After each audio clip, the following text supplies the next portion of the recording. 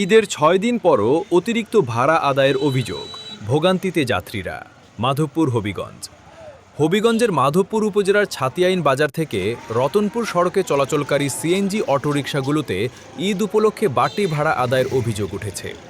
ঈদের ৬ দিন পার হয়ে গেলেও এখনও যাত্রীদের কাছ থেকে নির্ধারিত ভাড়ার চেয়ে অতিরিক্ত টাকা নেওয়া হচ্ছে বলে অভিযোগ করেছেন স্থানীয়রা।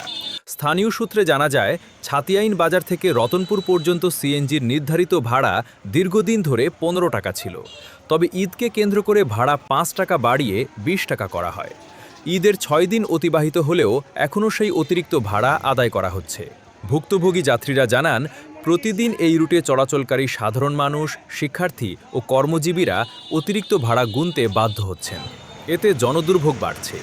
এ বিষয়ে এক সিএনজি চালকের কাছে অতিরিক্ত ভাড়ার কারণ জানতে চাইলে তিনি বলেন, ঈদ ভাড়া হিসেবে ৫ টাকা বেশি নেওয়া হচ্ছে। তবে যাত্রীদের প্রশ্ন, ঈদের ছুটি শেষ হওয়ার পরও কেন অতিরিক্ত ভাড়া আদায় করা হচ্ছে। এ বিষয়ে উপজেলা প্রশাসনের সঙ্গে যোগাযোগ করা হলে সংশ্লিষ্ট কর্মকর্তা জানান, বিষয়টি তাদের নজরে এসেছে। অভিযোগের সত্যতা যাচাই করতে লোক পাঠানো হবে এবং প্রয়োজনীয় ব্যবস্থা গ্রহণ করা হবে। আসসালামু আলাইকুম। হ্যালো, বলছিলাম। জি স্যার, আমি চেকপোস্টের সাংবাদিক মোহাম্মদ শরীফুদ্দিন বলছি। জি, চেকপোস্টের সাংবাদিক। চেকপোস্টের সাংবাদিক? জি। ছাতিয়াইন থেকে রতনপুরের ভাড়া হচ্ছে ১৫ টাকা করে। ঈদের ৬ দিন পার হওয়ার পরে এখন পর্যন্ত তারা ২০ টাকা করে ভাড়া নিচ্ছে, অতিরিক্ত ভাড়া।